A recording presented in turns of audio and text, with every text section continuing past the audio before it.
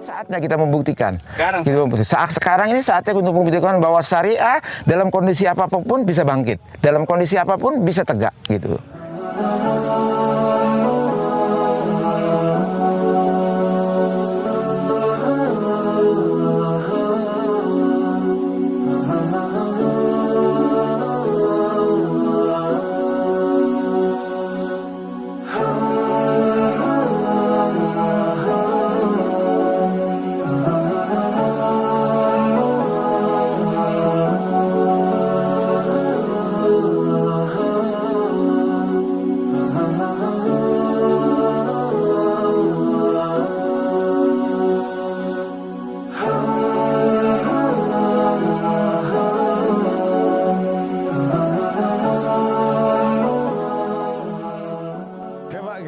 Kabar proyek, Pak?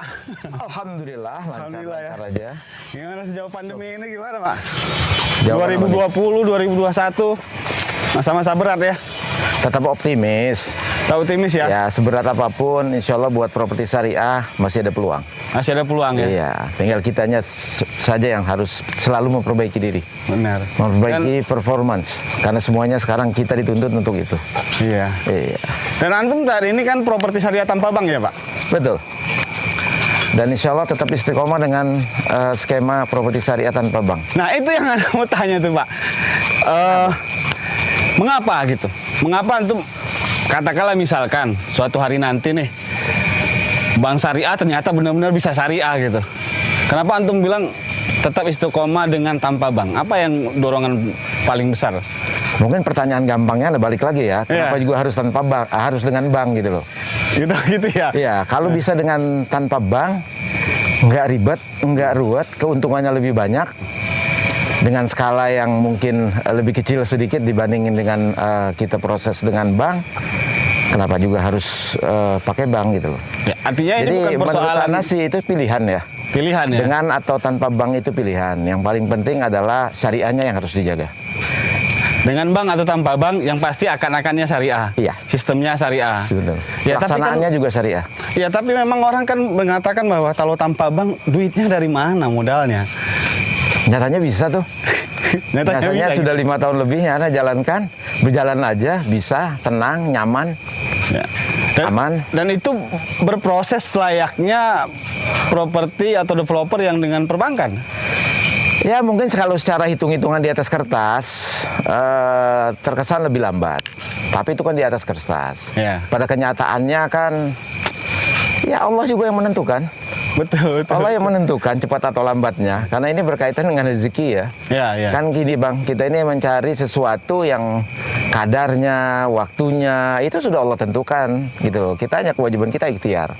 Dan ikhtiar menjalankan usaha ini, properti yang baik pembangunannya maupun nanti kreditnya ke konsumen itu tanpa bank. Artinya menyeluruh ya, termasuk eksekusi tanah, kemudian proses KPR juga langsung ke developer. Iya. Iya, cuman kan memang ya lagi-lagi itu Pak, soal tumbuh kembangnya ini yang orang kadang mempertanyakan. Misalkan ada orang-orang teman-teman yang pengen jadi developer nih. Iya. Ya kayaknya properti syariah tanpa developer tanpa bank ini kayaknya kapan bisa berkembangnya kita nih gitu. Kapan bisa cepatnya nih gitu ya. Ini apa sih dasar yang menjadi bisa menguatkan ya udah deh. Saya tanpa bank deh gitu. Iya, betul. Ya memang kondisi orang berbeda-beda Bang. Di posisi Ana dengan umur sudah sekian ini sudah beda tentunya dengan antum yang masih kepala 3 atau mungkin kepala 4 gitu ya teman-teman itu, atau bahkan ada teman-teman developer masih kepala 2 umurnya gitu kan, mungkin berbeda. Dia ingin cepat, ingin serba instan, ya mungkin pilihan dengan bank jadi pilihan gitu. Tapi buat Ana, lagi-lagi buat Ana yang sudah umur sekian ini, Ana lebih nyaman tanpa bank gitu loh. Ya, agak lambat lah ya, namanya orang tua berjalan agak lambat gitu kan ya. Tapi dibanding kelambatan itu menurut saya lebih punya kepastian ya. lebih punya kepastian. Dan alhamdulillah itu sudah terbukti selama 5 tahun Anda jalankan ini, itu semua terbukti gitu loh. Lebih nyaman, lebih tenang gitu. Nggak ada dorongan, nggak ada tekanan dari mana-mana gitu. Kita free, kita merdeka. Itu kelebihannya menurut Anda. Ya, tapi kalau buat teman-teman yang masih mungkin mau speed up gitu kan, ya mungkin ada baiknya dipikirkan ulang untuk yang tanpa bank ini gitu. Catatannya tetap kalau dengan bank Syariahnya nggak bisa ditawar. Ya, jadi dengan atau tanpa bank itu kan pilihan bang. Ya. Tapi syariah itu bukan pilihan, itu kewajiban. Kan jangan ditawar lagi. Oh bukan. Transaksi tetap dengan perbankan. Oh iya. Kita di negara yang seluas Indonesia, sebesar Indonesia ini, peran perbankan itu sangat penting. Ya, kita mau transfer uang, kita mau taruh uang, segala macam kita tetap bank. Dan kita harus mendukung perkembangan bank syariah di Indonesia gitu loh.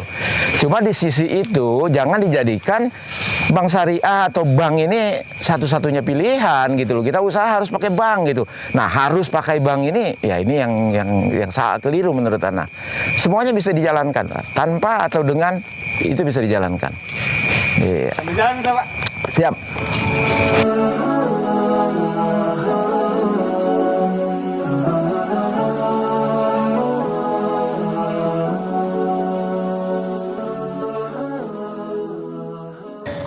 Ya Pak, tadi kita sudah membahas soal mengapa antum begitu yakin dengan properti syariah tanpa bank. Nah, kemudian sekarang saat ini teknologi makin maju. Kemudian banyak opsi-opsi, lahir koperasi syariah, lahir BMT dan segala macam. Bagaimana antum memandang ini terkait tentu dengan pendanaan, Ya. terutama terkait dalam bidang properti? Ya, gini bang, nggak bisa dipungkiri bahwa bisnis properti itu bisnis yang padat modal, pasti gitu loh. Sehingga banyak teman-teman yang mulai dari nol itu ya akhirnya berdarah-darah gitu kalau tanpa dukungan perbankan gitu loh. Cuman terus terang aja, saya pada saat ini itu kan melihat hegemoni perbankan itu kan sangat dominan gitu loh. Seolah-olah kita pengusaha yang harus tunduk dengan mereka. Ya kan? Sementara enggak, ini kondisi ini harus dirubah menurut saya. Artinya mereka butuh, kita butuh, sama kebutuhan kita terhadap mereka, sama juga kebutuhan mereka terhadap kita. Harusnya seperti itu kan, duduk sama rendah, berdiri sama tinggi, harusnya seperti itu. Tapi kenyataan sekarang kan tidak seperti itu bang, gitu. Jadi sebetulnya saya melakukan. Antum menilai bahwa kita ini bukan mengemis, minta duit. Betul. Ya, tapi yang terjadi sekarang sebagian besar kan seperti itu gitu loh. Mereka seolah nggak butuh sama kita yang butuh sama mereka. Kita harus nunduk-nunduk dengan mereka, gitu loh. Padahal dengan sistem mereka. Iya, padahal bang, kalau tanpa kita, mereka pun nggak bisa apa-apa kok. Tanpa developer, mereka nggak bisa mengembangkan uang mereka kok, gitu loh kan. Nah, itulah makanya saya sebetulnya melakukan bisnis properti tanpa bank ini juga untuk mendorong ya, istilahnya itu supaya mereka juga tahu tanpa mereka pun kita bisa jalan kok. Iya kan? Tanpa mereka pun kita bisa jalan. Kita buktikan itu kepada mereka. Supaya apa? Supaya mereka berubah. Mereka sedikit menundukkan kepala mereka lah. Yeah. Jangan seperti sekarang ini gitu loh. Pada saatnya nanti kalau mereka sudah bisa melakukan syariah dan sudah bisa duduk sama rendah dengan kita, why not gitu loh. Dan alhamdulillahnya dalam perjuangan kita selama beberapa tahun terakhir ini muncullah lembaga-lembaga alternatif yang lebih mudah, lebih simpel dari perbankan itu sendiri gitu loh. Ada SMF, ada koperasi syariah, ada fintech yang syariah gitu. Ini kita butuh syukuri gitu loh. Inilah buah dari hasil perjuangan yang kita istiqomah melakukan, istilahnya nggak usah berpikir cuma dengan satu jalan lah. Jalan Allah berikan itu banyak. Yakin ketika Allah menutup pintu riba yang satu, Allah akan membuka 10, 20, bahkan ratusan pintu lainnya bang. Itu yang kita harus yakinkan dalam diri kita gitu. Gitu bang. Dan seru nih. Iya, siap. Ayo Sultan. Yuk.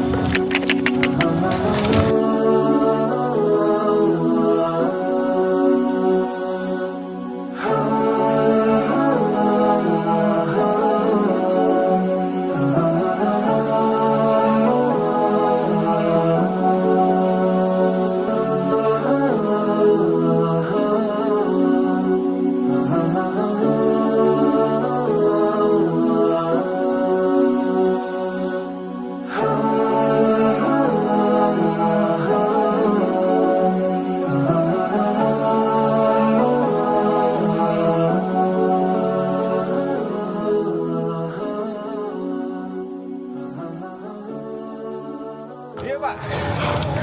2020, 2021 pandemi.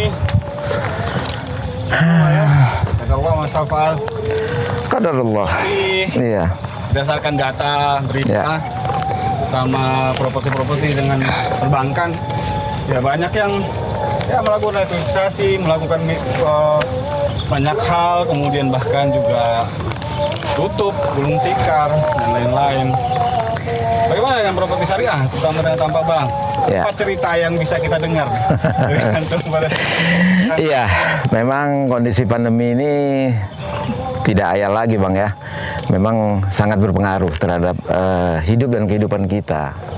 Dan kita yang bergerak di bisnis properti ini juga pasti berpengaruh.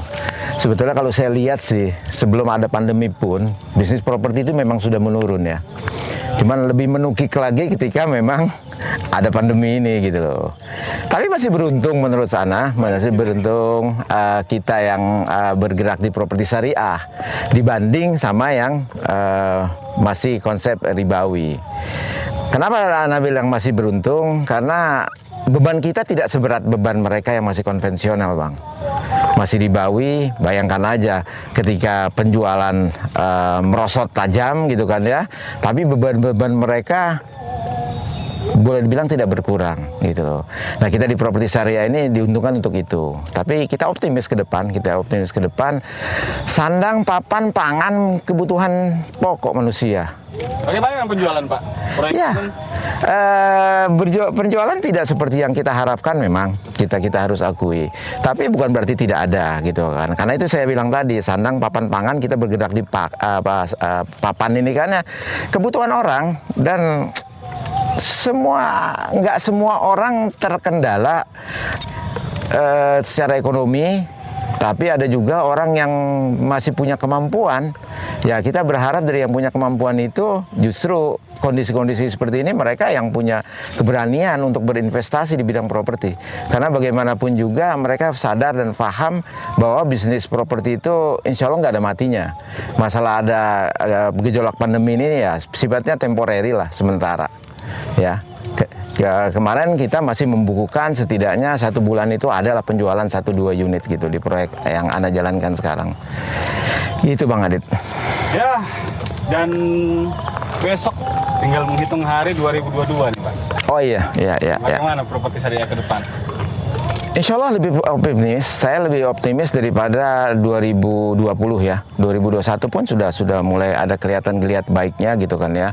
Cuman ya qadarullah kita sempat diterjang PPKM, sempat diterjang gelombang kedua katanya kan ya, itu agak tersendat sedikit ya. Tapi mudah-mudahan Omikron tidak sehebat Delta kemarin gitu kan ya. Karena kuncinya di situ Bang. Kita berharap kondisi masyarakat itu, sebetulnya masyarakat itu punya uang kok. Cuman ketika dia mau beli, dia mau investasi kan wajib dia teliti, dia harus lihat, dia harus survei segala macam itu. Kemarin kita banyak mengalami kendala itu karena survei. Apalagi anak kan proyek sekarang di Rakila Bang, di Cilebut, di Bogor itu ya. Bogor itu kan bulak-balik zona merah. Orang mau ke sana aja macam-macam aturannya. Harus ini, harus itu, bahkan kena ganjil genap dan sebagainya. Ini yang menghambat. Tapi mudah-mudahan di 2022 ini akan lebih baik lah kondisinya. Kalau kondisi itu lebih baik, mudah-mudahan penjualannya juga akan meningkat. Ya, kita berharap Bang, kita berdoa kepada Allah Subhanahu wa taala, mudah-mudahan Allah mensirnakan, Allah menghilangkan pandemi ini dari kita semua. Amin. Alhamdulillah. Jazakallah khairan Pak, obrolan kita sambil berkuda. Iya. Ini ada si Raja, ada Sultan ini. Sultan ini. Sultan enak diajak. Masya Allah, tabarakallah. Raja ini agak keras ini. Itulah. Iya. Dan terakhir dari antum untuk teman-teman yang saat ini, terutama yang developer ya. Iya. Apa nasihat dari antum? Iya. Sharing. Nasihatnya tidak jauh dari al ilmu qoblal qaul wal amal Bang ya. Artinya kita mau menjalankan segala sesuatu itu kuasai dululah ilmunya. Pelajari ilmunya. Setelah itu barulah kita berjalan. Dan kita bergerak ini seperti yang tadi saya katakan di awal, Usahakan kalau kita masih merasa ada kekurangan di sini-situ, kekurangan itu mungkin bisa ditutupi dengan teman, dengan sahabat yang seperprofesi dengan kita, maka bergabunglah ke komunitas ataupun ke asosiasi. Bergabung ke asosiasi itu sangat-sangat tepat menurut saya, karena bagaimanapun juga kan kita hidup di negara yang masih ada hukum, istilahnya hukum positifnya, selibat samping hukum syariah. Dua-duanya ini tidak boleh kita langgar, kita tidak boleh abaikan, Bang. Jangan kita hanya fokus di syariah, tapi kita mengabaikan hukum-hukum positif yang pada akhirnya juga akan mengabaikan hak-hak dari konsumen. Ini yang sering terjadi. Makanya bergabung dengan asosiasi itu sangat penting. Yang kedua adalah istiqomah. Lah, berhentilah untuk menjelekkan, mencela yang pakai ini, yang begini, yang begitu. Tapi kita tetap istiqomah, dan kita juga harus punya visi misi ke depan untuk memperbaiki hidup dan kehidupan syariah di Indonesia ini. Karena bagaimanapun juga syariah ini warisan Rasulullah, warisan Islam untuk kita, dan kita yang memegang warisan itu, Bang. Nggak mudah memang memegang warisan ini, Bang. Tapi ya kita pewarisnya, kita pewaris yang saya, ya itu kita harus pegang sampai mati gitu loh. Kalau enggak, mau siapa lagi, Bang? Betul. Iya, dan sekarang saatnya kita membuktikan. Sekarang ini saatnya untuk membuktikan bahwa syariah dalam kondisi apapun bisa bangkit, dalam kondisi apapun bisa tegak, gitu. Gitu, Bang. Betul, alhamdulillah. Teman-teman, demikian obrolan saya dengan Bapak Muhammad Abu Bakar, beliau adalah developer properti syariah. Demikian obrolan kita yang sangat menarik dan seru ini di atas kuda yang ada si Raja dan Sultan. Kita akan ketemu pada episode yang berbeda. Dukung terus tumbuh kembang properti syariah. Saya Adit Tobing. Assalamualaikum warahmatullahi wabarakatuh. Waalaikumsalam warahmatullahi wabarakatuh. Raja.